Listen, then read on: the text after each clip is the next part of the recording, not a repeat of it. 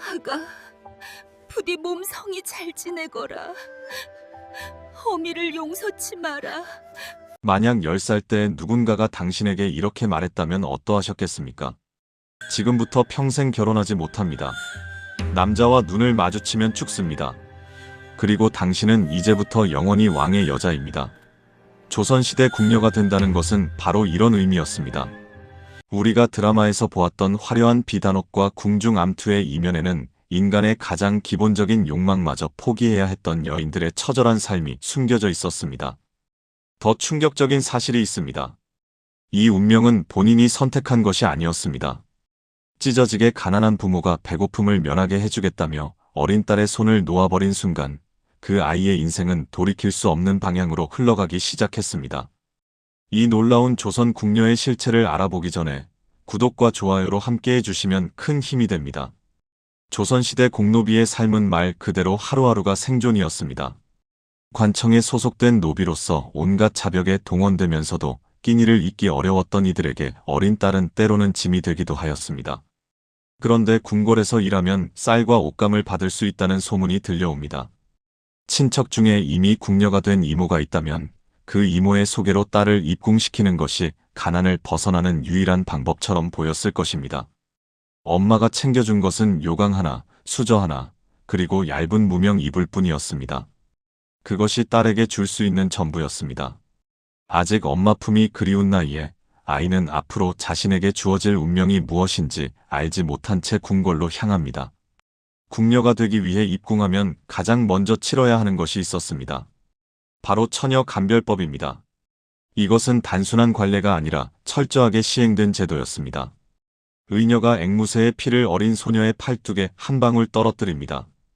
피가 피부에 스며들어 잘 묻으면 처녀로 판정되어 궁녀가 될 자격을 얻습니다.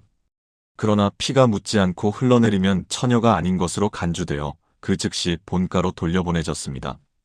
현대의학의 관점에서 보면 전혀 과학적 근거가 없는 미신에 불과하지만 당시에는 이것이 궁녀 선발의 첫 번째 관문이었습니다. 각 궁의 상궁들이 지켜보는 가운데 이 검사가 진행되었으며 한 소녀의 운명이 앵무새 피 한 방울에 달려 있었던 것입니다. 조선의 궁녀는 원칙적으로 공노비에서 선발하는 것이 법으로 정해져 있었습니다. 영조 22년에 편찬된 속대전에는 양인 여성을 궁녀로 차출할 경우 장 60대와 1년의 도형에 처한다고 명시되어 있을 정도였습니다. 왕실에서는 좋은 출신의 궁녀를 원했지만 양반가에서는 딸을 궁녀로 보내느니 차라리 일찍 결혼시키는 쪽을 택하였습니다. 궁녀가 되면 평생 결혼하지 못하고 왕의 여자로 살아야 했기 때문입니다. 그래서 조선 사회에 좋은 풍습이 생겨나는데 궁녀 차출 문제가 일조했다는 분석도 있습니다. 결국 궁녀가 되는 것은 가난한 집안의 딸들에게만 허락된, 아니 강요된 운명이었습니다. 입궁 시기는 대체로 10살 전후였습니다. 그러나 부서에 따라 차이가 있었습니다. 왕과 왕비를 가장 가까이에서 모시는 지밀의 경우 4~5살의 어린 나이에 입궁하기도 하였습니다. 고종실록에 따르면 대전과 중궁전, 대비전에는 각각 100명, 세자궁에는 60명, 세자빈궁에는 40명, 세손궁에는 50명, 세손빈궁에는 30명의 궁녀를 두도록 정해져 있었습니다. 이를 합하면 약 480명에 달하는데 여기에 후궁 처소의 궁녀까지 더하면 대략 500명에서 600명 정도의 궁녀가 궁궐에서 생활하였습니다. 연산군 시절에는 궁녀의 수가 1000명을 넘어 성균관 유생들을 내보내고 그 공간을 궁녀들이 차지했다는 기록도 남아 있습니다. 입궁한 궁녀는 자신이 처음 발을 들여놓은 처소의 주인을 평생의 상전으로 모시게 됩니다. 대전의 궁녀는 죽을 때까지 왕만을 위해 살아야 했고 중궁전의 궁녀가 되면 왕비를 위해 목숨까지 바쳐야 했습니다. 제 아무리 임금이라 해도 다른 처소의 궁녀에 대해서는 함부로 관여할 수 없었습니다. 이것이 조선 궁궐의 엄격한 법도였습니다. 어린 궁녀, 즉 생각시들은 선배 궁녀들이 하는 일을 옆에서 보고 어깨너머로 배우는 도제식 교육을 받았습니다. 업무 교육뿐만 아니라 한글과 수학, 삼강행실도 등 기본적인 학문도 익혀야 했으며 규율은 상상 이상으로 엄격했습니다. 특히 왕과 왕비를 모시는 궁녀들은 생리적인 현상인 방귀조차 마음대로 낄 수 없었습니다. 교육을 받는 도중에 실수로 방귀라도 뀌면 부모에게 연락하여 음식을 해오게 하여 상전들을 대접하는 벌을 받아야 했습니다.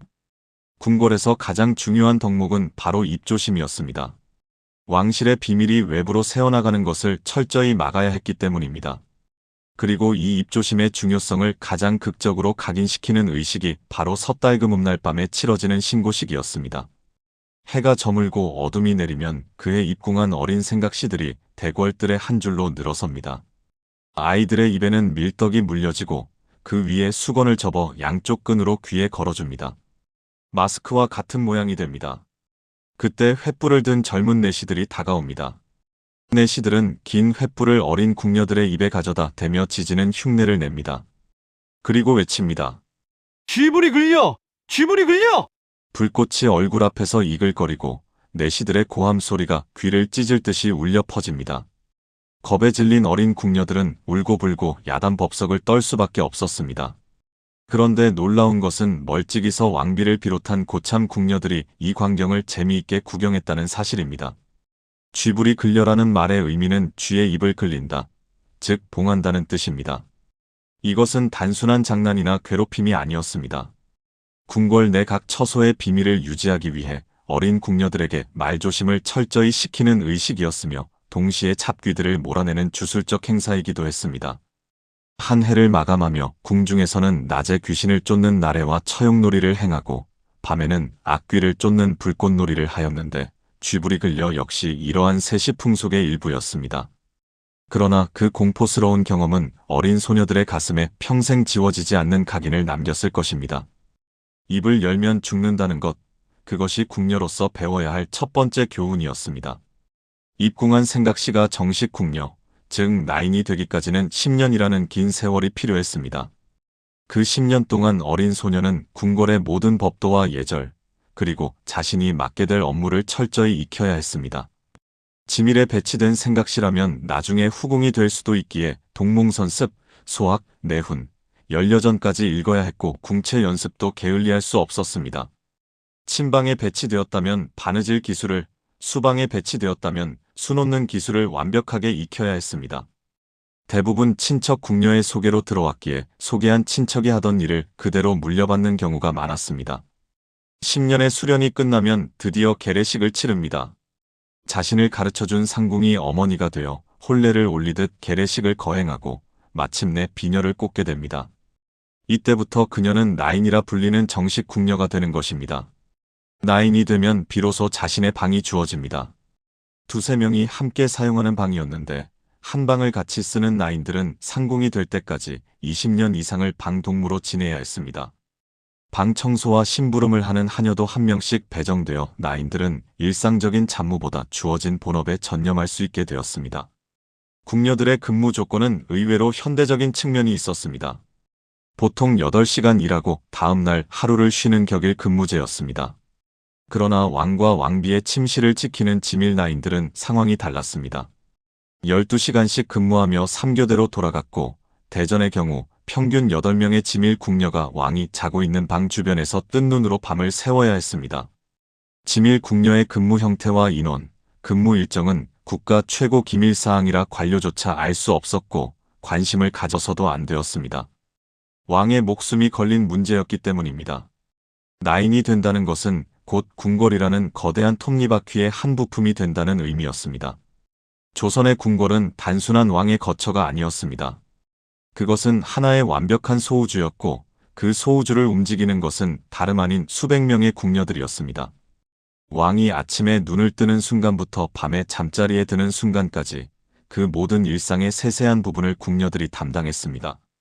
새순물의 온도, 수라상의 간, 침구의 상태, 의복의 주름 하나까지도 그녀들의 손을 거쳐야 했습니다.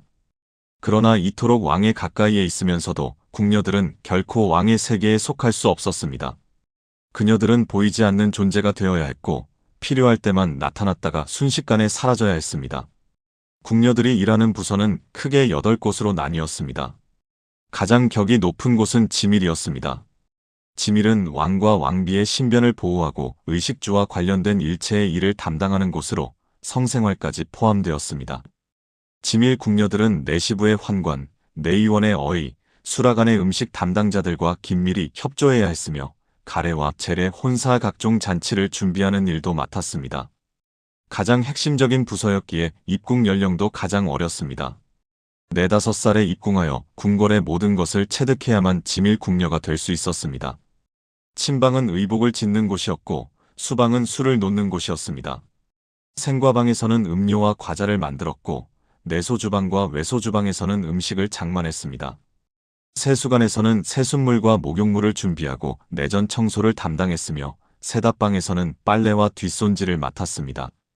흥미로운 것은 궁녀들의 근무 체계입니다. 현대의 직장인들이 부러워할 만한 제도가 조선 궁궐에 존재했습니다.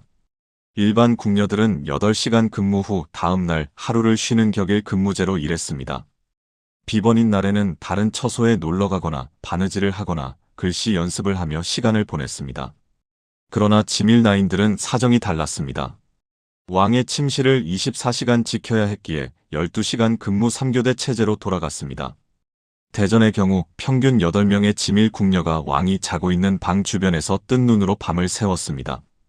숙직을 한 궁녀들은 날이 밝으면 주간 근무자와 업무 교대를 하고 퇴근하여 24시간 휴식을 취한 뒤 다시 주간 근무에 투입되었습니다. 지밀 궁녀의 근무 형태와 인원, 근무 일정은 국가 최고 기밀사항이었습니다. 왕의 목숨이 걸린 문제였기에 관료조차 이에 대해 알 수 없었고 알려고 해서도 안 되었습니다. 궁궐에는 궁녀들을 위한 별도의 목욕 공간이나 화장실이 없었습니다.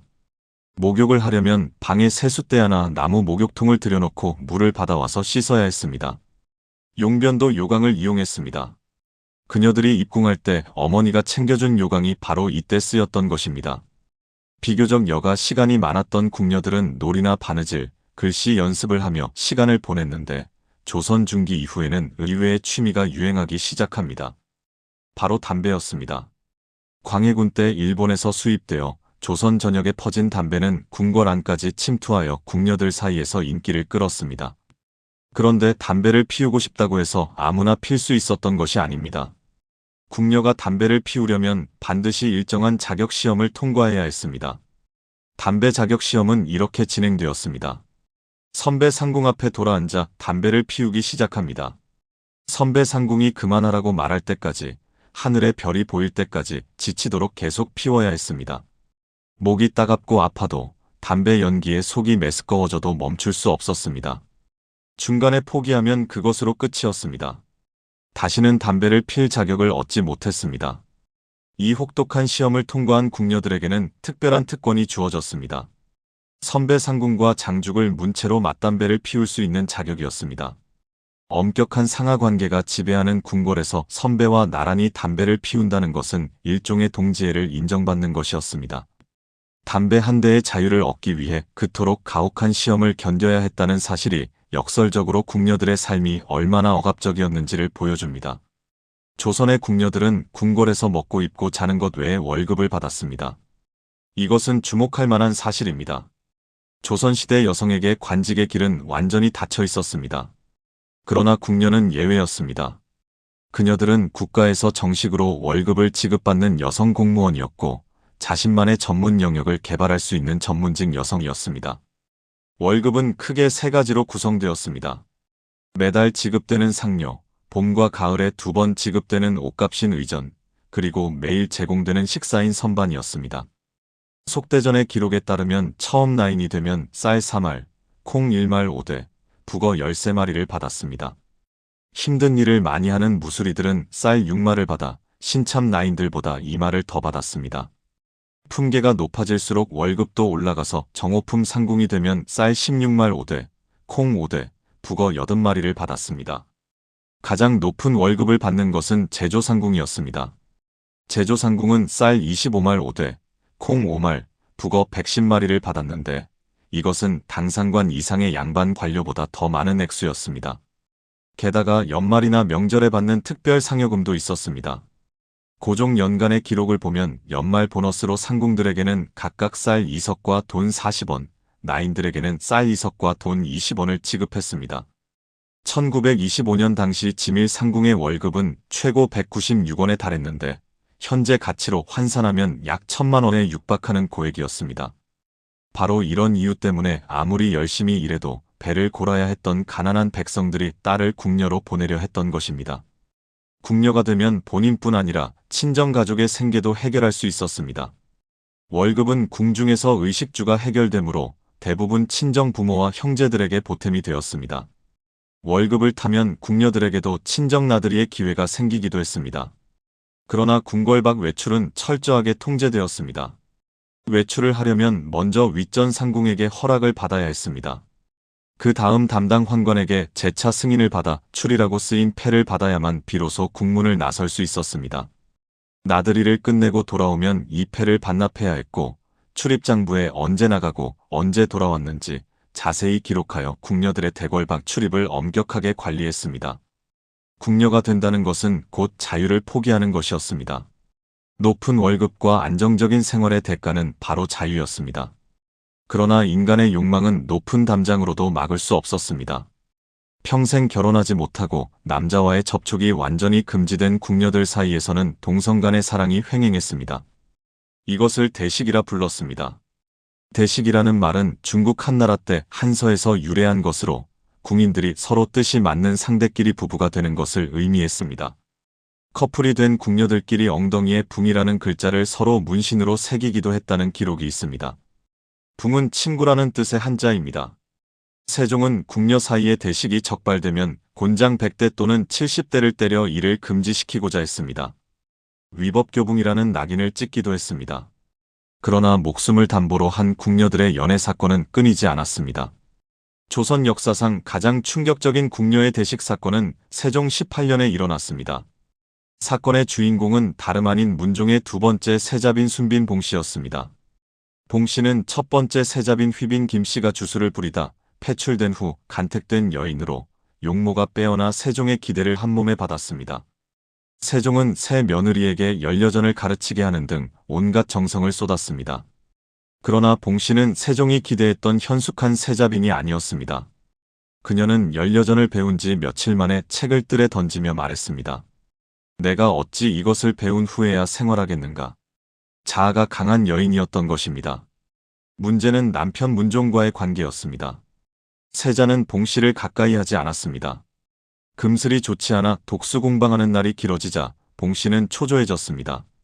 궁중의 여종에게 밤마다 세자가 찾아오도록 주선해달라고 부탁할 정도로 적극적이었지만 뜻대로 되지 않았습니다. 결국 세종은 세자에게 후궁 3명을 드리게 됩니다. 그중 한 명인 승위권 씨가 임신을 하자 후사 없는 봉씨의 위치는 흔들리기 시작했습니다. 봉씨는 바깥에까지 들릴 정도로 큰 소리로 울었고 세종이 직접 타이르기도 했습니다. 여러 후궁이 있다고는 하나 정부인에게서 아들을 두는 것만큼 귀한 일이 있겠느냐. 세종의 위로에 세자가 잠시 봉씨를 가까이 하기도 했으나 봉씨는 상상 임신을 했다가 유산했다고 거짓말을 하는 등 파행을 일삼았습니다. 남편의 무관심과 후궁의 임신에 지친 봉씨는 결국 궁녀에게서 위안을 찾기 시작합니다. 상대는 자신이 부리던 궁녀 소쌍이었습니다. 세종실록에는 당시 궁인들의 수군거림이 기록되어 있습니다. 빈께서 소쌍과 항상 잠자리와 거처를 같이 한다. 봉씨는 소쌍을 항상 곁에 두고 떠나지 못하게 했습니다. 둘의 관계는 단순한 주종 관계를 넘어선 것이었습니다. 세종 17년 동짓날 밤 봉씨는 소쌍을 내전으로 불러들입니다. 다른 여종들은 모두 문 밖에 있게 한 후 봉씨는 소쌍에게 같이 자기를 요구했습니다. 소쌍이 사양하자 봉씨는 윽박질렀고 마지못해 옷을 반쯤 벗은 소쌍을 병풍 안으로 끌어당겨 나머지 옷까지 벗기고 강제로 눕혔습니다. 소쌍의 증언에 따르면 남자의 교합하는 형상과 같이 서로 희롱하였다고 합니다. 봉씨의 소쌍에 대한 집착은 점점 커져갔습니다. 밤뿐만 아니라 낮에도 관계를 가졌습니다. 평소 봉씨의 이불과 베개는 시중드는 여종들이 치웠지만 소쌍과 함께 잔 날에는 봉씨가 직접 이불을 정리했습니다. 소쌍에게 몰래 이불을 세탁하도록 명령하기도 했습니다. 그런데 문제가 생겼습니다. 소쌍이 단지라는 다른 궁녀를 좋아하게 된 것입니다. 두 궁녀가 함께 자기도 했습니다. 봉씨는 질투에 눈이 멀어 소쌍을 꾸짖으며 다시는 단지와 놀지 말라고 명령했습니다. 다른 여종을 시켜 소쌍을 감시하게까지 했습니다. 소쌍은 문종에게 몰래 고백합니다. 빈께서 저를 좋아하시는 방법이 보통과는 다릅니다. 저는 무섭습니다. 문종은 조용히 입을 다물라고 명했지만 이미 이 이야기는 궁녀들의 입을 통해 궁궐 전체에 퍼지고 있었습니다. 결국 세종도 며느리의 동성의 사실을 알게 됩니다. 세종은 소상을 불러 직접 신문했습니다. 정말 동침을 했느냐? 소상이 동짓날 밤의 일을 상세히 진술하자 세종은 한숨을 내쉬었습니다. 시녀와 종들이 서로 동침하면 곤장 70대를 때려 처벌한다는 것은 알았지만 세자빈이 이런 일을 할 줄 누가 알았겠는가? 세종은 봉씨를 불러 다시 물었습니다. 봉씨는 끝까지 부인했습니다. 억울합니다. 저와 그런 것이 아니고 소상이 단지와 그런 짓을 한 것입니다. 두녀는 밤낮 없이 목을 맞대고 혓바닥을 빨았습니다. 저는 우연히 그들의 행위를 보았을 뿐입니다. 세종이 물었습니다. 그렇다면 너는 그들이 그런 짓을 하는지 어떻게 알았단 말이냐? 봉씨의 변명은 궁색했습니다. 이 사건은 조정을 발칵 뒤집었습니다. 대신들은 봉씨를 극형에 처해 다시는 이런 일이 없도록 해야 한다고 주장했습니다. 그러나 세종은 고심 끝에 봉씨를 패서인하고 궁궐에서 내쫓는 것으로 마무리 지었습니다. 세종실록에는 세종의 자책이 담겨 있습니다. 전에 김씨를 패했는데 또 봉씨를 패하게 되니 이것은 나와 세자가 몸소 집안을 올바르게 거느리지 못한 소치이다. 세자빈이 된 지 7년 만인 1436년 11월 봉씨는 궁궐을 떠났습니다. 왕비 소헌왕후는 이후 궁궐 내에서 일어나는 궁녀들의 대식을 철저히 조사해 뿌리 뽑는 데 전력을 기울였습니다. 그러나 인간의 욕망을 법으로 막을 수 있었을까요? 대식 사건은 이후로도 끊이지 않았습니다. 구한말 궁녀의 증언에 따르면 다른 관저에서 일하는 사람들끼리 일부러 방을 묶어서 배정했다고 합니다. 같은 부서 궁녀들끼리 정이 들어 대식으로 발전하는 것을 막기 위해서였습니다. 궁녀들의 연애 상대는 같은 여자만이 아니었습니다. 별감, 환관, 때로는 종친이나 관료들과의 스캔들도 심심찮게 일어났습니다. 궁녀가 외간 남자와 사통하다 적발되면 결과는 참혹했습니다. 영조 때 편찬된 속대전에는 간통한 궁녀와 사내 모두 즉시 참수하도록 규정되어 있습니다. 참수는 사형 방법 중에서도 극형에 속하는 것이었습니다. 더 충격적인 것은 궁녀가 임신한 상태여도 예외가 없었다는 점입니다. 조선은 노동력을 중시하는 국가였기에 여자 사형수가 임신 중이면 출산 후 100일까지 형 집행을 연기하는 것이 원칙이었습니다. 그러나 궁녀의 경우는 달랐습니다. 출산과 동시에 사형에 처해졌습니다. 궁궐 내에서 왕족이 아닌 아이가 태어나 왕족과 바꿔치기 당하면 큰 문제가 되기 때문이었습니다. 왕의 여자가 낳은 아이는 반드시 왕의 아이여야 했습니다. 그래서 궁녀의 간통은 단순한 사생활 문제가 아니라 왕실의 혈통을 위협하는 중대 범죄로 다뤄졌던 것입니다. 이렇듯 목숨을 건 사랑이었음에도 불구하고 궁녀들의 연애 사건은 종종 있었습니다. 감찰상궁이 궁녀 개개인의 뒷조사를 하여 이런 사건들을 찾아내곤 했습니다. 감찰상궁은 공식적으로 경국대전에 규정된 직책은 아니었지만 실질적으로 존재하며 궁녀들의 언행과 소행을 감시하는 역할을 담당했습니다. 그녀들의 눈을 피해 사랑을 나눈다는 것은 거의 불가능에 가까웠습니다. 그럼에도 사랑에 빠진 궁녀들은 죽음을 무릅썼습니다. 어쩌면 그것이 닫힌 궁궐 안에서 유일하게 자신이 살아있음을 느낄 수 있는 방법이었는지도 모릅니다. 궁녀라고 하면 우리는 흔히 왕과 왕비의 시중을 드는 하녀의 이미지를 떠올립니다. 그러나 조선의 궁궐에는 재상조차 함부로 대하지 못하는 궁녀가 존재했습니다. 바로 제조상궁입니다. 제조상궁은 각 처소에 소속된 궁녀 전체를 관리하고 통솔하는 최고 권력자였습니다. 큰방상궁이라고도 불렸던 이들은 왕명을 직접 받들고 내전에 크고 작은 일을 주관했습니다. 제조상궁이 되려면 단순히 연차가 오래되어서는 안 되었습니다. 궁녀들 중에서도 위품이 있고 인격이 높아야 하며 학식도 갖추어야 했습니다. 수백 명의 궁녀들을 통솔할 수 있는 리더십과 영도력이 필수였고 인물까지 출중해야만 했습니다. 그 자리가 비면 경합을 통해 선출되었는데 공식적인 시험이 있는 것이 아니었기에 제조상궁이 되기 위해서는 온갖 권력이 동원되었습니다. 제조상궁의 권세는 상상을 초월했습니다. 순종실록에 따르면 순정효왕후가 일본 총독의 아내를 접견할 때 제조상궁을 파견했다는 기록이 있습니다. 외교적인 자리에 제조상궁이 왕후를 대리했다는 것은 그녀의 위상이 어느 정도였는지를 보여줍니다. 구한말 궁녀들의 증언에 따르면 조정의 재상들도 왕실에 부탁할 일이 있으면 제조상궁에게 청탁했습니다. 심지어 재상과 제조상궁이 의남매를 맺는 경우도 있었습니다. 표면적으로는 형제자매의 의를 맺는 것이었지만 실상은 서로의 이익을 위한 정치적 결탁이었습니다. 제조상궁 아래에는 부제조상궁이 있었는데 이들은 왕의 사유 재산을 보관하고 있는 내전곡간을 관장했습니다. 아랫고 상궁이라고도 불렸던 부제조상궁 역시 막강한 실권을 쥐고 있었습니다. 조선시대 내시와 궁녀들 사이에는 불문율처럼 믿는 것이 있었습니다. 조정 대신들의 이름을 알아서는 안 된다는 것이었습니다. 이것은 정치적으로 결탁하지 말라는 의미였습니다. 그러나 이 불문율이 존재한다는 것 자체가 역설적으로 그런 결탁이 많았다는 증거이기도 합니다. 조정 대신들이나 중신들이 대전의 상궁들과 의남매를 맺는 일이 실제로 빈번했습니다. 표면적인 이유는 친분이었지만 실제로는 왕 측근에 있는 상궁이나 상선 내시와 연계가 없으면 정치적으로 매우 불리했기 때문입니다. 상대 당파에서 자신을 모함했을 때 막아줄 힘이 없었습니다. 그럴 때 대비 또는 왕 옆에 있는 환관이나 궁녀가 한마디 변명을 해주면 그것은 지방 유생 수천 명이 올리는 상소보다 더 강력한 힘을 발휘했습니다. 왕의 귀에 직접 닿을 수 있는 통로였기 때문입니다. 그렇기 때문에 사실상 조정의 당파들이 자기 편 궁녀, 자기 편 환관을 왕이나 대비 곁에 밀어넣으려고 무수히 노력했습니다.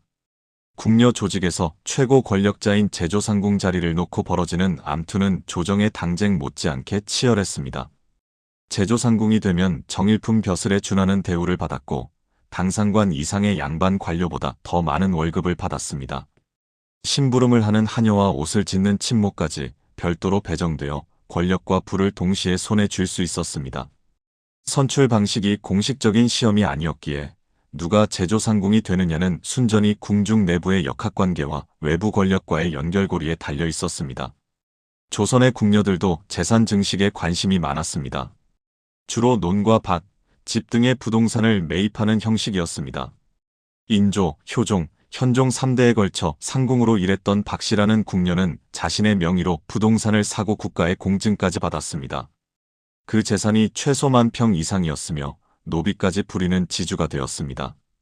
평생 결혼하지 못하고 궁궐에 갇혀 사는 대신 재산을 모아 노후를 대비하거나 친정가족을 부양하는 것이 궁녀들의 현실적인 목표였습니다. 정조실록에는 궁녀들이 기생이나 액정서 별감들을 데리고 꽃놀이나 뱃놀이를 즐겼다는 기록도 있습니다.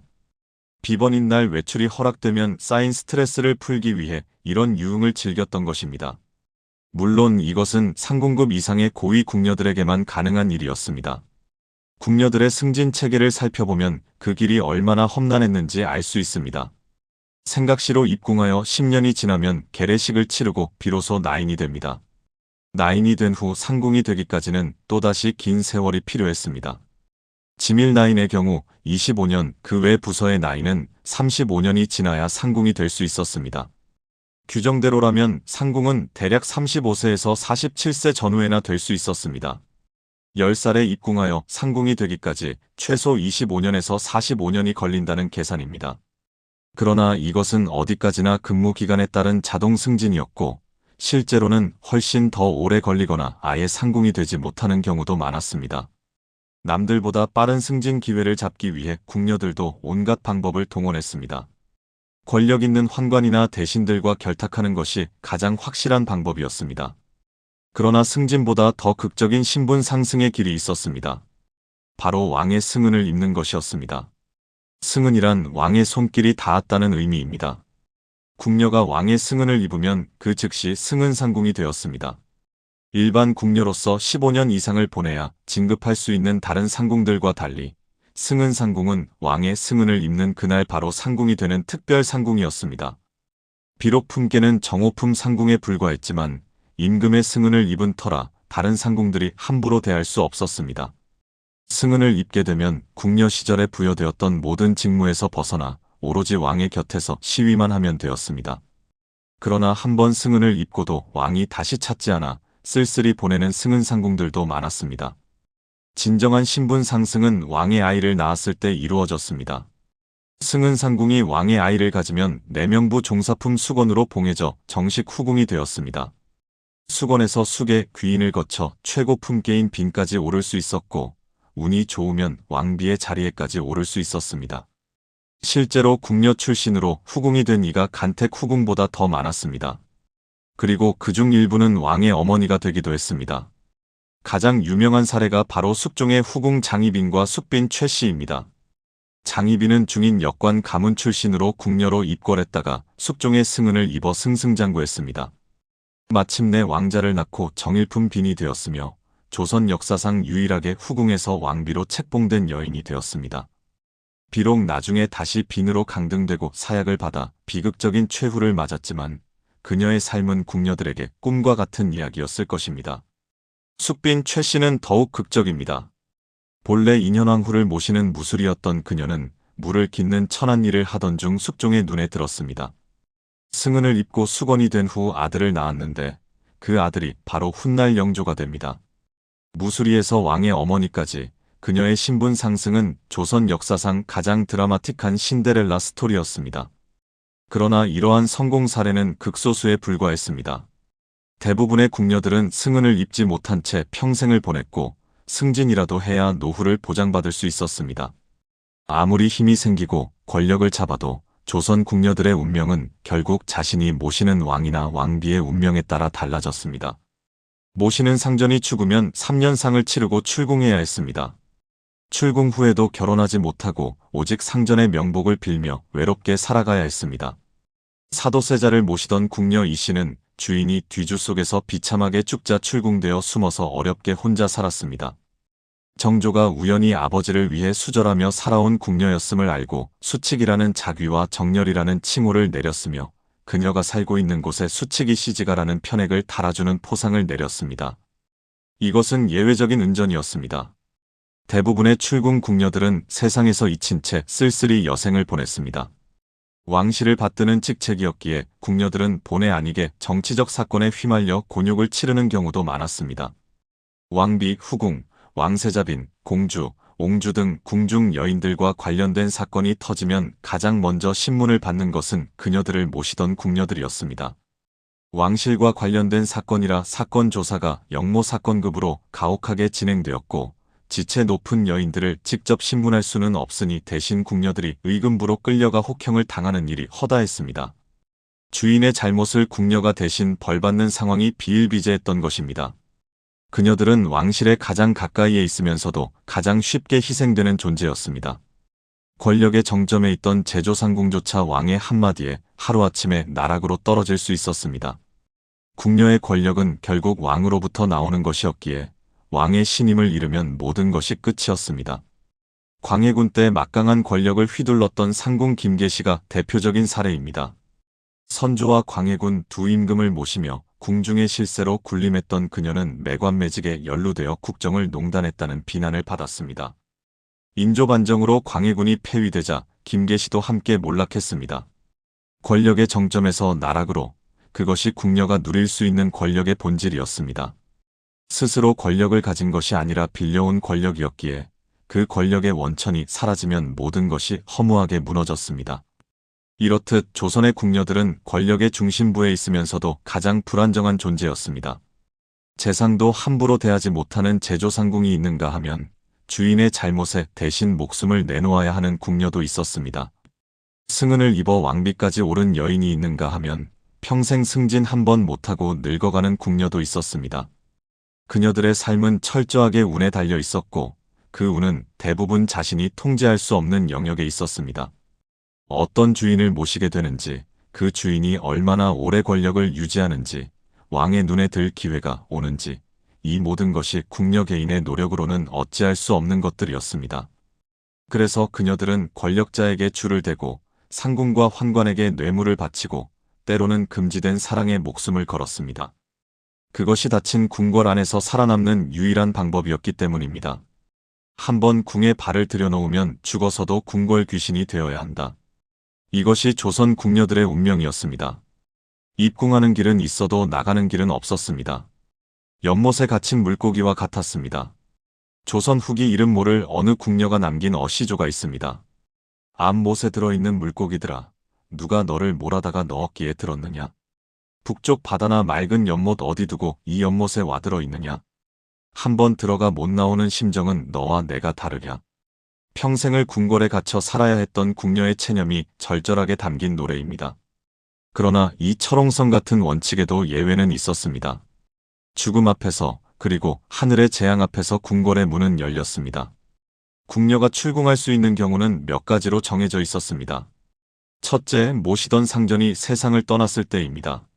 왕이나 왕비, 대비가 승하하면 그분을 모시던 궁녀들은 한 개월 동안 각종 의례를 치른 뒤 신위가 종묘에 모셔지면 궁을 떠나야 했습니다. 출궁 후에도 3년 동안 상복을 입어야 했고 평생 수절하며 상전의 명복을 빌어야 했습니다.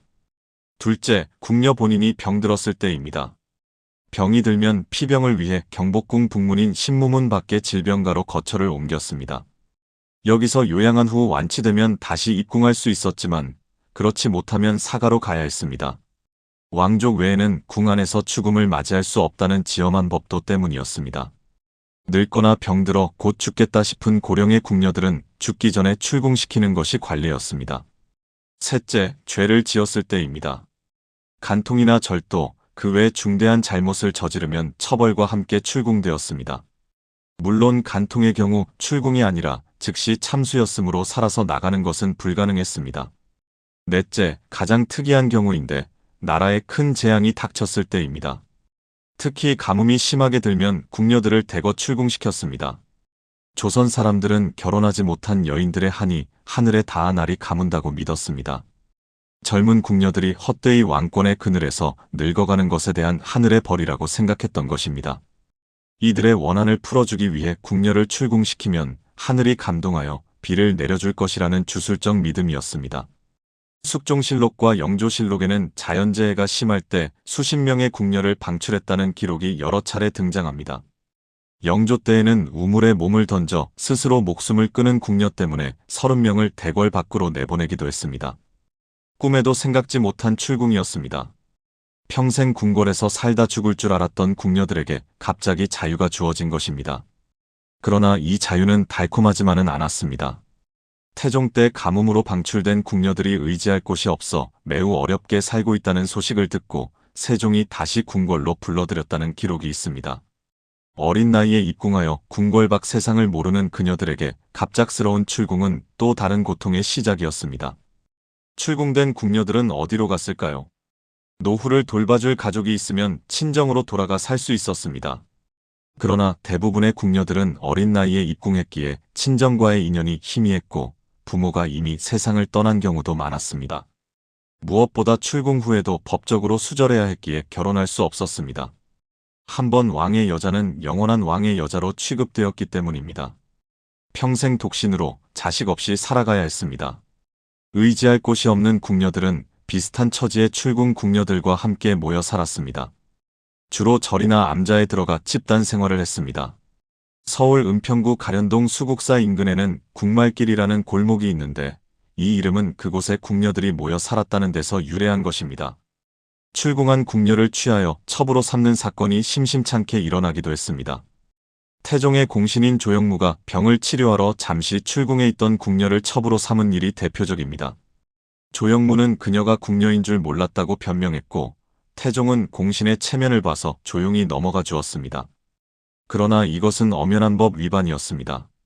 출궁 후에도 궁녀는 왕의 여자였고 수절이 의무였습니다. 그러나 현실적으로 홀로 살아가기 어려운 처지에서 남자의 보호를 받고 싶은 마음은 인지상정이었을 것입니다. 법과 현실 사이에서 출궁 궁녀들의 삶은 늘 불안정했습니다. 조선의 궁녀가 죽으면 어떻게 되었을까요?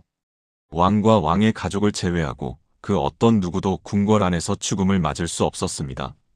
그래서 죽음이 가까워지면 출궁시키는 것이 원칙이었습니다. 임진왜란 후 창덕궁을 정전으로 썼을 때는 뒷문인 요금문을 통해 대궐을 빠져나와야 했습니다. 궁녀가 죽으면 궁궐에서 제수용품을 내려주고 3년 동안 쌀과 같은 봉급을 지급했습니다. 장례를 치를 수 있도록 국가에서 지원한 것입니다. 후손이 없는 궁녀들이 대부분이었기에 화장을 하는 경우가 많았습니다. 유언에 따라 사찰에 뿌리거나 절에 모셔지기도 했습니다. 그래서 궁녀의 무덤은 매우 희귀합니다. 서울특별시 은평구 이말산에 남아있는 김상궁의 묘가 그 희귀한 사례 중 하나입니다. 묘비에는 도모상궁 김씨지묘라고 새겨져 있습니다. 후손들에 의해 만들어진 무덤이지만 지금은 손길이 끊긴 지 오래입니다. 세월의 풍파 속에 잊혀진 무덤처럼 조선의 궁녀들 대부분은 역사 속에 이름조차 남기지 못한 채 사라졌습니다. 500년 왕조를 지탱했던 수만 명의 여인들이었지만 우리가 이름을 아는 궁녀는 장희빈, 숙빈, 최씨, 김계씨 정도에 불과합니다. 그것도 왕과의 관계나 정치적 사건 때문에 기억되는 것이지 그녀들의 삶 자체가 기록된 것은 아닙니다. 조선 왕조 마지막 궁녀의 이야기를 들어보겠습니다. 1920년에 태어난 성옥염은 15세의 나이로 창덕궁 친박 나인으로 입궁하여 조선의 마지막 왕비인 순정효왕후를 모셨습니다. 일제강점기와 해방, 한국전쟁을 거치면서도 그녀는 낙선제에서 30여 년간 마지막 왕비를 모셨습니다. 2001년 5월 4일 82세를 일기로 눈을 감기 전 그녀가 남긴 유언은 이러했습니다. 저 세상에서도 순정효왕후를 모실 수 있도록 그분 위패가 있는 백운사에서 49제를 지내주오. 죽어서도 상전을 모시겠다는 것, 그것이 조선 궁녀의 마지막 소원이었습니다. 성옥염 상궁은 김명길, 박창복 두 상궁과 함께 조선조 마지막 궁녀로 기록되어 있습니다. 500여 년의 세월 동안 조선 왕조와 함께 동고동락했던 궁녀들. 그녀들은 우리에게 무엇을 남겼을까요? 가장 먼저 떠오르는 것은 궁중 문화입니다. 의복, 음식, 수공예 등 조선 왕실의 찬란한 문화는 궁녀들의 손끝에서 완성되었습니다. 친박 나인들은 왕과 왕비의 의복을 만들었고 수박 나인들은 정교한 자수를 놓았습니다. 수라간의 궁녀들은 궁중 요리의 비법을 전수받아 대를 이어 발전시켰습니다. 이러한 기술과 지식은 궁녀들 사이에서 도제식으로 전승되어 500년간 축적되었습니다. 조선이 멸망한 후에도 출궁한 궁녀들을 통해 일부가 민간에 전해졌고 오늘날 무형문화재로 지정되어 보존되고 있습니다. 궁녀들은 또한 궁중문학의 담지자이기도 했습니다. 한글 창제 이후 궁중에서 한글을 가장 적극적으로 사용한 것은 궁녀들이었습니다.